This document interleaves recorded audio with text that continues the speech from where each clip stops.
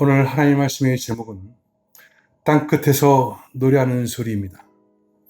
이사야서 24장 14절에서 16절 말씀이 되겠습니다.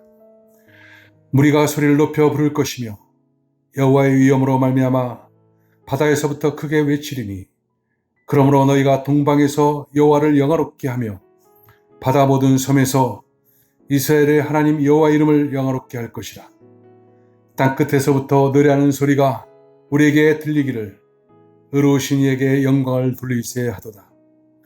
그러나 나는 이르기를 나는 세잔하였고 나는 세잔하였으니 내게 화가 있도다. 배신자들은 배신하고 배신자들이 크게 배신하였도다. 아멘.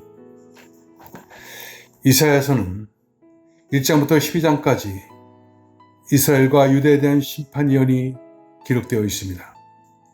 13장부터 23장까지는 이방 열국에 대한 심판을 나라별로 예언했습니다. 그리고 24장부터 27장까지는 앞선 예언들의 결론적인 내용으로서 온 세상 만민에 임할 하나님의 심판과 그 위에 도래할 평화와 번영의 시대에 대한 아름다운 약속이 제시되고 있습니다. 이 부분은 세상 역사의 종말에 대한 내용을 다루고 있어서 이사야의 계시록이라고도 칭하기도 합니다.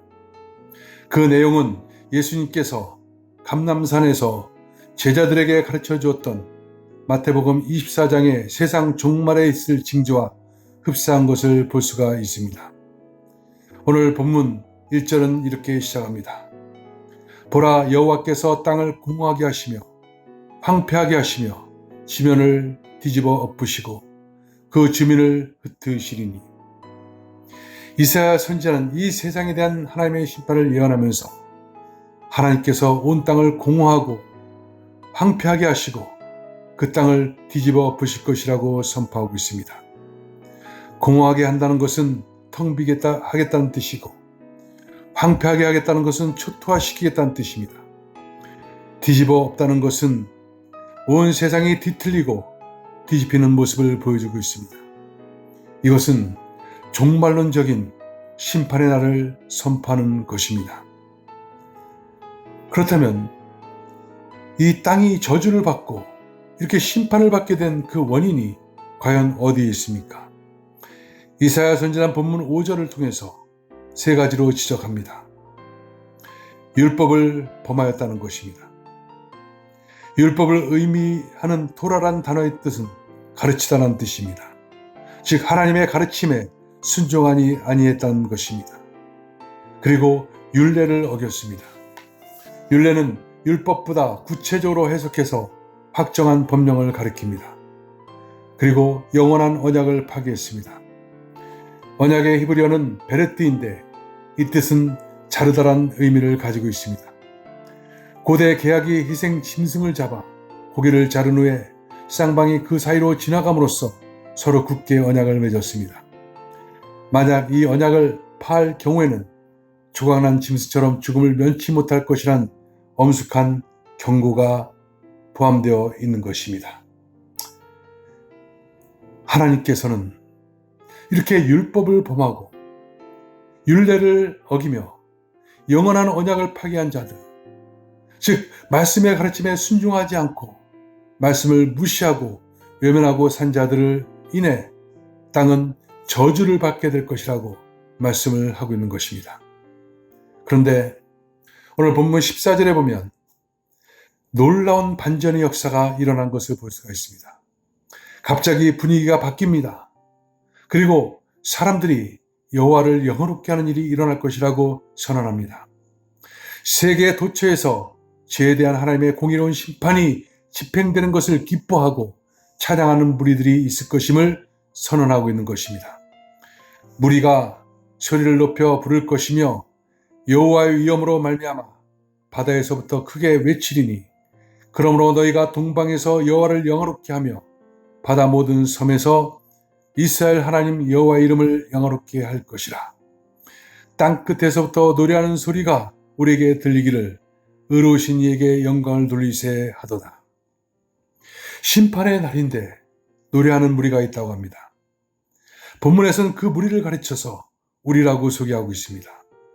여기서 우리란 하나님과의 언약을 굳게 믿고 신앙을 저버리지 않는 소수의 남은 자를 가리킵니다. 그들은 영원한 언약을 붙잡은 사람들입니다. 영원한 언약이란 복음을 가리킵니다. 모든 심판은 영원한 언약을 지켰느냐 파했느냐 하는 차이입니다. 복음이란 곧 예수 그리스도를 믿음으로 말미암아 모든 믿는 자에게 비치는 하나님의 은이 차별이 없느니라. 로마서 3장 22절은 말씀하고 있습니다. 또 이사야서 55장 3절에는 내가 너에게 영원한 언약을 세우리니 곧 다윗에게 허락한 확실한 은혜니라. 여러분, 오늘 이 본문을 통해서 알 수 있듯이 하나님은 죄에 대해서 분명히 심판하십니다. 종말이 옵니다. 그러나 그 심판 중에서도 하나님께서는 그 사랑하는 백성들을 긍휼을 베푸셔서 그들을 구원케 하는 놀라운 역사가 있음을 우리에게 보여줍니다. 이 구원의 방편이 바로 예수 그리스도의 십자가입니다. 이 십자가를 믿음으로 받아들이는 사람, 그 사람이 영원한 언약을 붙잡은 사람들입니다. 그러나 이 믿음은 내가 믿는다고 믿어지는 것이 아닙니다. 성령께서 우리 가운데 통치하고 역사하고 믿어지게 역사할 때 바로 하나님을 높이는 예수 그리스도를 믿는 그 믿음이 우리 가운데 만들어지는 것입니다. 그때 우리는 오히려 하나님을 찬송하고 심판 중에도 하나님에 대한 벅찬 기쁨과 기대감으로 하나님을 예배할 수가 있게 되는 것입니다. 그리고 나아가서 하나님의 최종적인 승리와 영광을 바라보며 기뻐할 수가 있게 되는 것입니다. 여러분은 어디에 속해 있습니까? 바로 이 종말의 때 오히려 하나님의 영광을 찬양하고 기뻐하는 무리입니까? 아니면 심판으로 말미암아 세잔해지는 무리에 속하는 것입니까? 기도하겠습니다. 하나님, 감사합니다. 우리에게 영원한 언약 예수 그리스도를 믿는 믿음으로 말미암은 언약을 우리 가운데 주심을 감사합니다. 성령께서 우리 가운데 통치하고 역사하심으로 그 십자가의 도가 우리 가운데 믿어짐으로 그 언약 가운데 있는 언약 백성 되게 하여 주시니 감사합니다. 종말의 때 우리 하나님을 찬양하는 그런 소수의 무리가 되게 하심을 감사합니다. 주님 영광 받아 주옵소서. 예수님의 이름으로 기도하옵나이다. 아멘.